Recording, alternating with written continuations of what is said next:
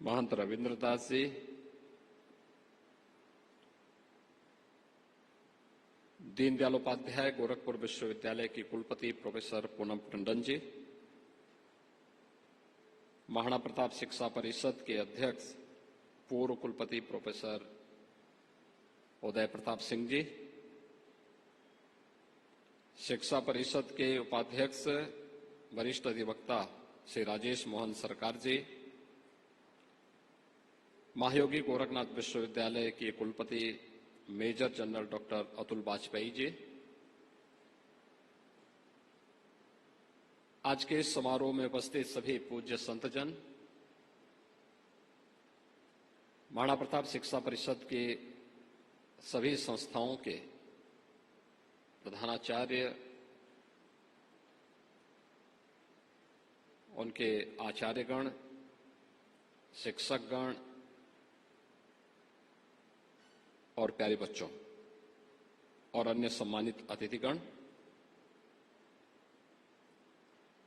मैं सबसे पहले धन्यवाद दूंगा सभी सम्मानित पूज्य संतों को, अन्य सभी अतिथियों को, जिन्होंने युग पुरुष ब्रह्मलीन महंत दिग्विजय नाथ जी महाराज की इस 55वीं पुण्यतिथि के अवसर पर आज इस समारोह में उपस्थित होकर के पूज्य संत महंत दिग्विजय नाथ जी महाराज के श्री चरणों में अपनी श्रद्धांजलि व्यक्त की है, अपनी भावांजलि व्यक्त की है।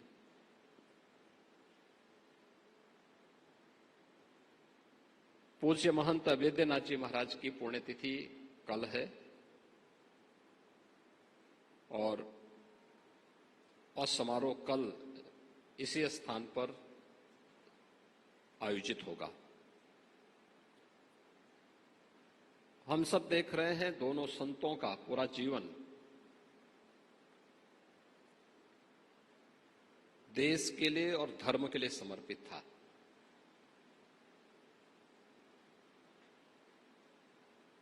धर्म के का मतलब उन्होंने केवल उपासना विधि नहीं माना। धर्म जो वास्तव में भारतीय मनीषा की अवधारणा धर्म के बारे में है, धर्म के उस परिपूर्ण स्वरूप को उन्होंने उसके अनुरूप जीवन जिया, उसके अनुरूप उन्होंने अपना आचरण किया।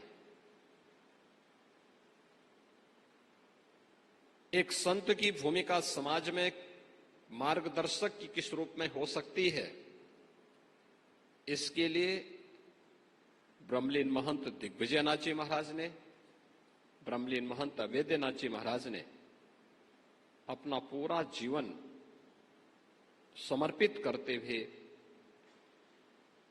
पूरी ध्येय निष्ठा के साथ उसके अनुरूप उन्होंने जीवन जिया था और व्यापक समाज के अंदर उस प्रकार की जन जागृति लाने का कार्य भी किया था। धर्म के जो दो हेतु हैं, एक सांसारिक उत्कर्ष का और दूसरा निःश्रेयस का। जीवन को हमने 4 पुरुषार्थों में बांटा है, लेकिन मार्ग प्रारंभ होता है धर्म से और उसका चरम उत्कर्ष है मोक्ष।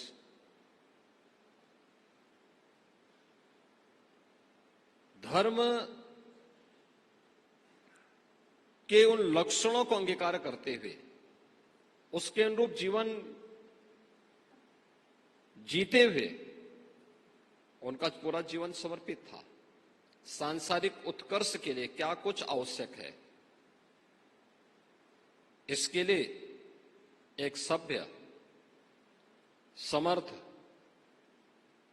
समाज की स्थापना के लिए सबसे पहली आवश्यकता है अच्छी शिक्षा।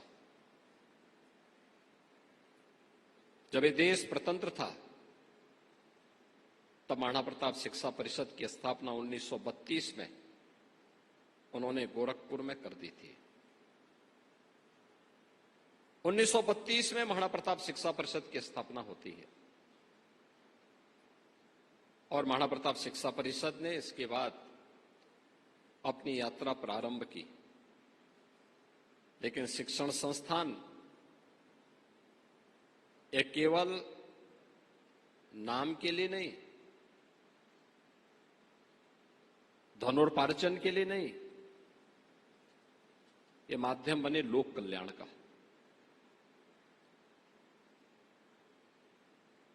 उस लोक कल्याण के लिए और एक व्यापक अवधारणा, विराट अवधारणा को ध्यान में रख करके ही उन्होंने जिस महाराणा प्रताप शिक्षा परिषद की स्थापना की, शिक्षण प्रशिक्षण संस्थानों को आगे बढ़ाना प्रारंभ किया। जब गोरखपुर में विश्वविद्यालय की स्थापना आजाद भारत में प्रारंभ हुई, मांग हुई, नई सरकार थी, पैसा नहीं था, तो गोरखपुर में विश्वविद्यालय स्थापित हो। उस समय राज्य सरकार ने कहा था कि 50 लाख रुपए की प्रॉपर्टी या 50 लाख रुपए का कैश जहां से हमें प्राप्त होगा वहां पे हम विश्वविद्यालय बनाएंगे। तो उस समय भी अगर कोई संस्था सामने आई थी तो वह ब्रह्मलीन महंत दिग्विजयनाथ जी सामने आए थे। उन्होंने कहा कि भाई ठीक है, हम लोग पैसा देते हैं, हम व्यवस्था बनाते हैं। 1947-48 में 50 लाख का मतलब आज के 500 करोड़ से अधिक की प्रॉपर्टी। और उस समय वह कार्य संपन्न हुआ जो आज गोरखपुर विश्वविद्यालय के रूप में यहां पर पूर्वी उत्तर प्रदेश की शिक्षा का एक महत्वपूर्ण केंद्र बना हुआ है।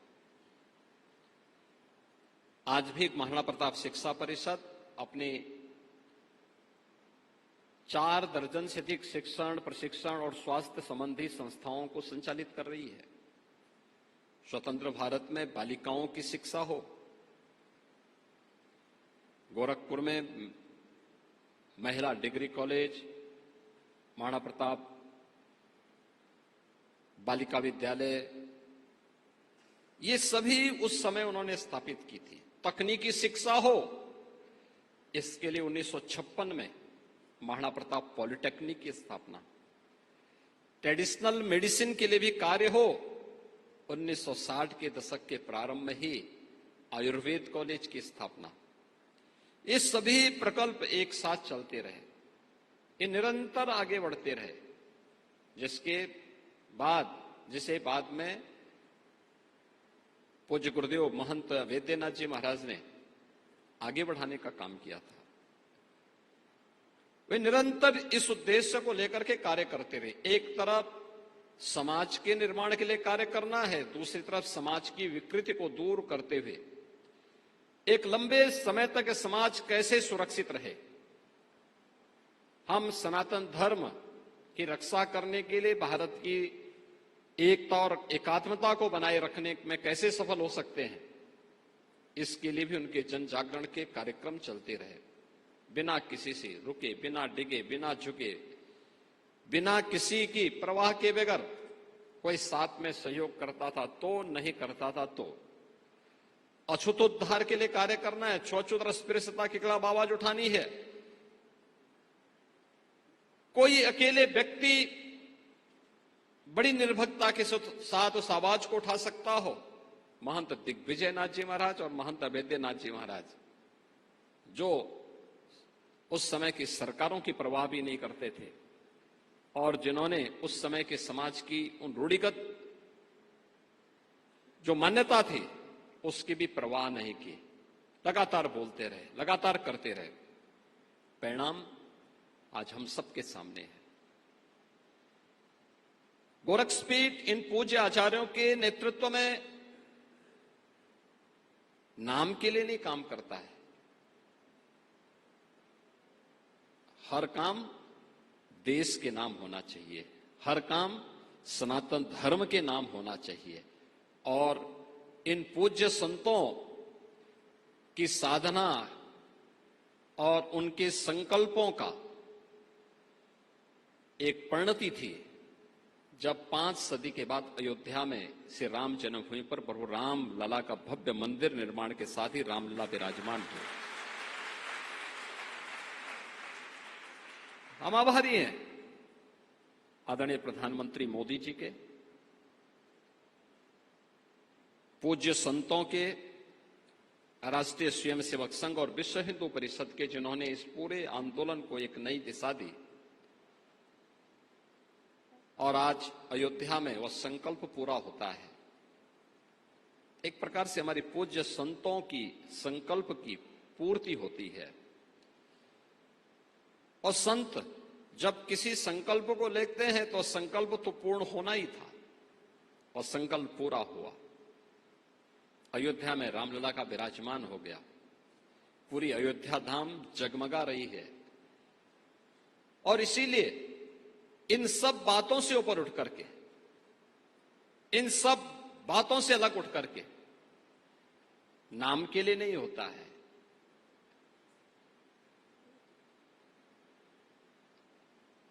ये सब मुद्दे नाम के नहीं होते हैं, ये संकल्पों की होते हैं, उनकी पूर्ति। जो संकल्प उन्होंने लिया है, उन संकल्पों को पूरा होते देख करके हृदय अंतःकरण से प्रफुल्लित होता है कि आज उन संतों का जो संकल्प था उसकी पूर्ति हो रही है, वे पूरे हो रहे हैं। सनातन धर्म मजबूत हो रहा है, अपनी ताकत का एहसास करा रहा है। लेकिन यह किसी के उत्पीड़न के लिए नहीं है, लोक कल्याण के लिए है, मानवता के कल्याण के लिए है। हमारे यहां आज भी कोई धर्माचार्य होगा, कोई कथा चल रही होगी, तो ये नहीं कहता है कि हमारी एकता दूसरों को उत्पीड़न करने के लिए है।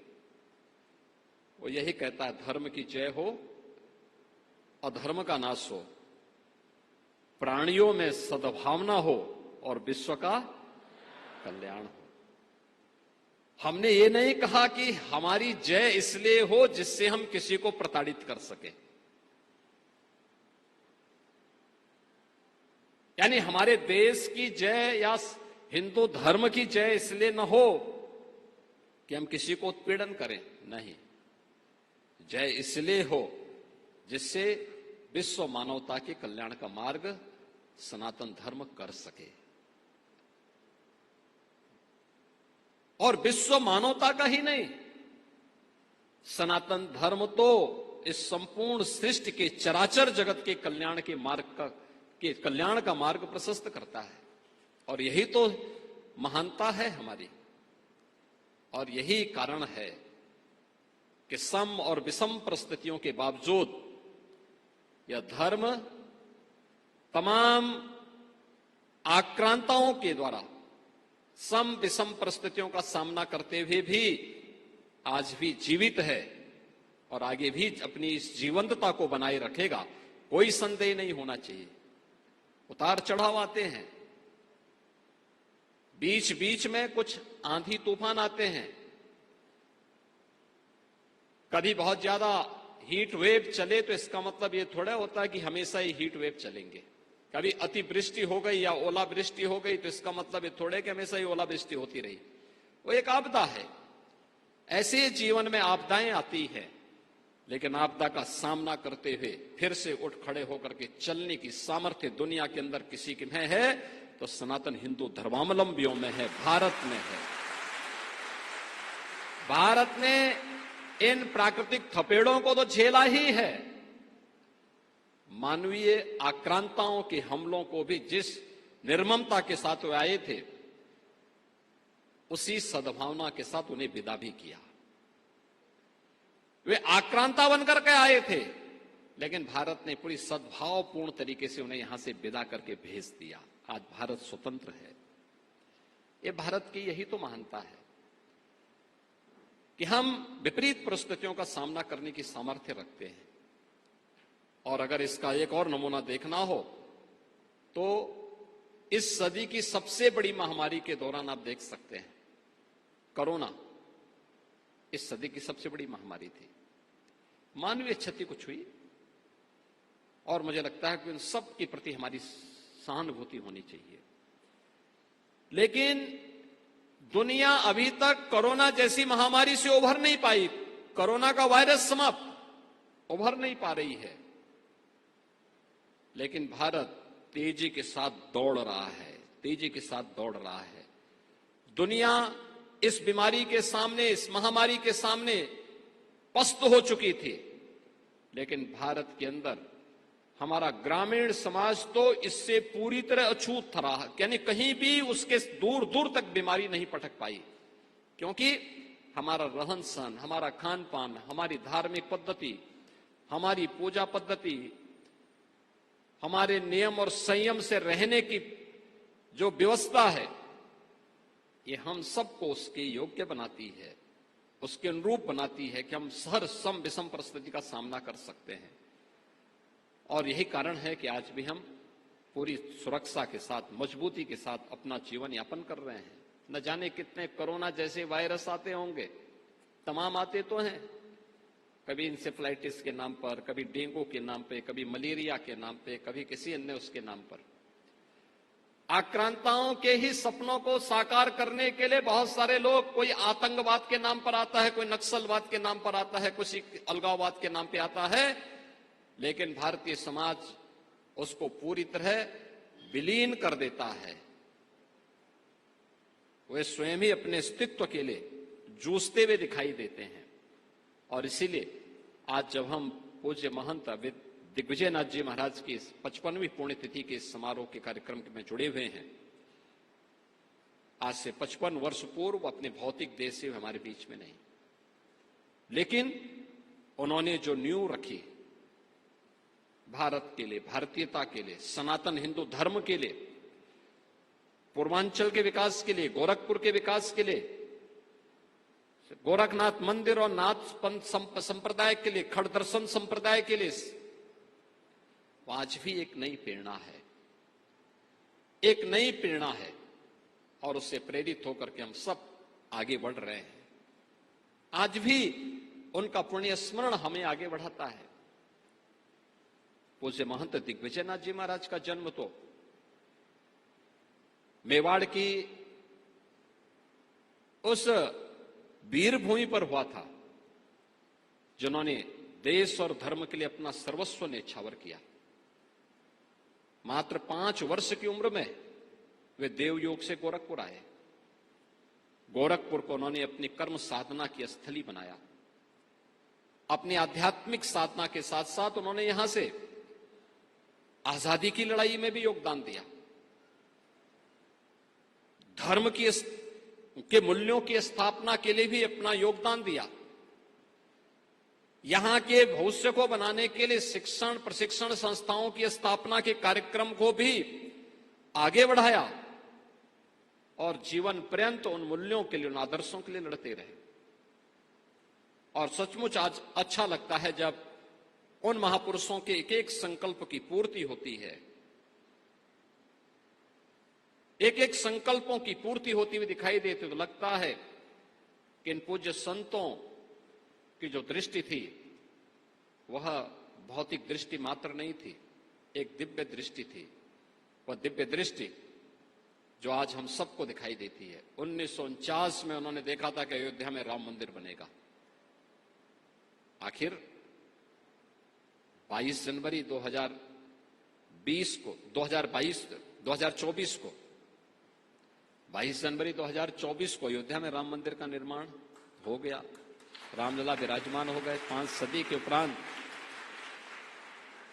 यह एक संकल्प की पूर्ति हुई, और अवश्य इस संकल्प की पूर्ति एक एक करके होती हुई दिखाई देगी। हम सबका दायित्व बनता है, जिस क्षेत्र में जो व्यक्ति कार्य कर रहा है वह भी उसके तहत ईमानदारी से अपना कार्य करे। प्रधानमंत्री मोदी जी ने विकसित भारत की संकल्पना के लिए हम सबको पंचप्रण दिलाए हैं। पूरे देशवासियों का उन्होंने आह्वान किया कि पंचप्रण की पूर्ति तब होगी जब हर व्यक्ति सबसे पहला अपने नागरिक कर्तव्यों का निर्वहन करेगा। जो जिस क्षेत्र में विद्यार्थी है, अपनी लगन के साथ, मेहनत के साथ, अपने पाठ्यक्रम के साथ साथ देश और समाज की जानकारी के साथ अपने आप को परिपूर्ण करे। एक शिक्षक इस दिशा में क्या बेहतरीन प्रयास कर सकता है, उसे अपने स्तर पर निरंतर प्रयास करना चाहिए और मुझे प्रसन्नता है कि आज यहां पे गुरु गोरखनाथ इंस्टीट्यूट ऑफ आयुर्वेदा के प्राध्यापक डॉक्टर गोपी कृष्ण एस आचार्य ने अपनी एक पुस्तक का यहां पर रोग निदान एवं विकृति विज्ञान से संबंधित एक पुस्तक का उन्होंने आज यहां पे विमोचन भी करवाया है। उसका प्रकाशन हुआ है और उन्होंने उसका विमोचन भी कराया है। एक लेखन की आदत, निरंतर कुछ न कुछ करते रहना। अपने नियमित दैनिक जीवन में जो कुछ आप देख रहे हैं, जो कुछ अनुभव कर रहे हैं, अगर उसको लिपिबद्ध करेंगे, आने वाली पीढ़ी के लिए वह एक नई प्रेरणा बनेगी। उसके प्रकाशन होने चाहिए, उसमें संकोच नहीं करना चाहिए। जो जीवन के जिस क्षेत्र में है, धर्म के क्षेत्र में है, तो धर्म स्थल हमारा कैसे हो, आध्यात्मिक ऊर्जा से परिपूर्ण कैसे हो, यह हमारा प्रयास होना चाहिए। कृषि के क्षेत्र में, तो कृषि के क्षेत्र में हम क्या इनोवेशन कर सकते हैं। जीवन के जिस क्षेत्र में हम कार्य कर रहे हैं, उस क्षेत्र में हम नयापन क्या ला सकते हैं, अपने स्तर पर कुछ नया प्रयास क्या कर सकते हैं। अगर हम इस दिशा में प्रयास करते हैं तो इन पूज्य संतों का संकल्प पूरा होता है और यही इन महापुरुषों के प्रति हमारी श्रद्धांजलि होती है। आज के इस अवसर पर मैं महाराणा प्रताप शिक्षा परिषद,